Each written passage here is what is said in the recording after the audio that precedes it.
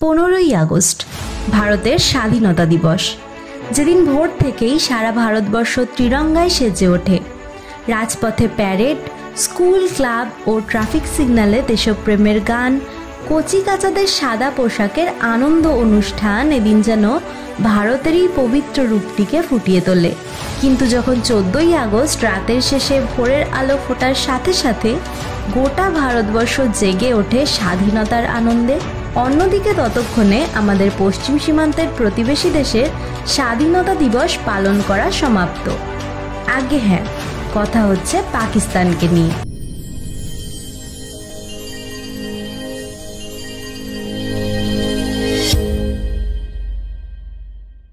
পাকিস্তানের স্বাধীনতা দিবস হলো 14ই আগস্ট। 1947 সালে ভারত ভেঙে জন্ম হয়েছিল আরও দুটি দেশ, পূর্ব পাকিস্তান ও পশ্চিম পাকিস্তান, যার মধ্যে পূর্ব পাকিস্তান পরে গিয়ে আলাদা হয়ে বাংলাদেশ তৈরি হয়। কিন্তু যদি ভারত ভেঙেই পাকিস্তান তৈরি হয়ে থাকে, তবে তো দুটো দেশে একই দিনে স্বাধীনতা দিবস পালন হওয়া উচিত। তবে কি পাকিস্তান ভারতের আগেই স্বাধীন হয়েছিল?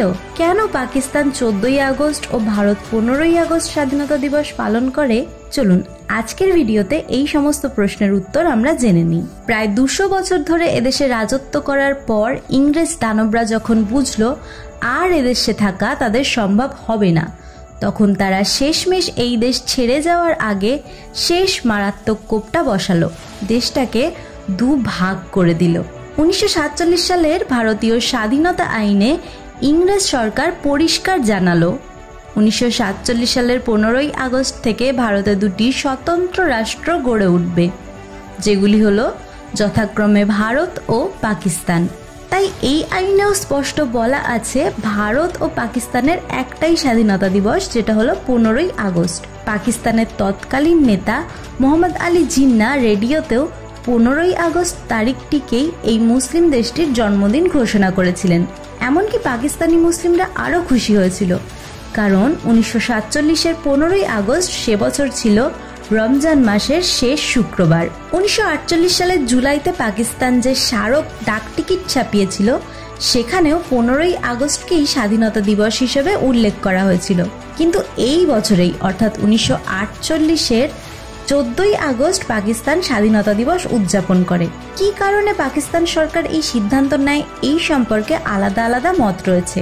দেশভাগ করার পর ব্রিটিশ সরকারকে 1948-এর জুন মাসের মধ্যেই ক্ষমতা হস্তান্তর করতেই হতো।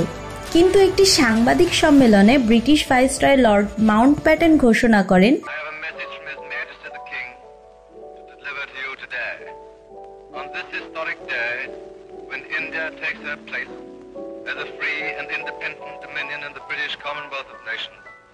তাড়াতাড়ি ক্ষমতা হস্তান্তরের জন্য 1947-এর 15ই আগস্টেই স্বাধীনতা দেওয়া হবে।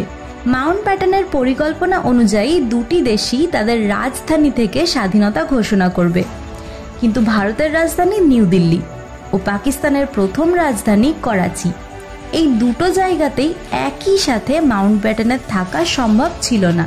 তাই তিনি 13ই আগস্ট পাকিস্তান পৌঁছন এবং 14ই আগস্ট পাকিস্তানের গণপরিষদ ঘোষণা করেন।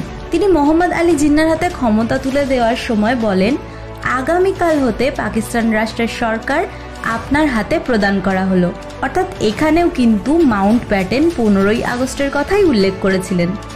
কিন্তু পাকিস্তান ক্ষমতার হাত বদলের দিনটিকেই অর্থাৎ 14ই আগস্টকেই তাদের স্বাধীনতা দিবস বলে ধরে নেয়।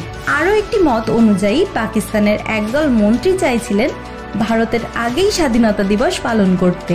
তাই 1948 সালের জুনের শেষে পাকিস্তানের প্রথম ক্যাবিনেট মিটিংয়ে তৎকালীন প্রধানমন্ত্রী লিয়াকত আলী খানের নেতৃত্বে সিদ্ধান্ত নেওয়া হয় 15 নয় বরং 14ই আগস্টই ভারতের একদিন আগেই স্বাধীনতা দিবস তারা পালন করবে। এই সিদ্ধান্ত পরে জিন্নাকে জানানো হলে তিনিও এটি সমর্থন করেন।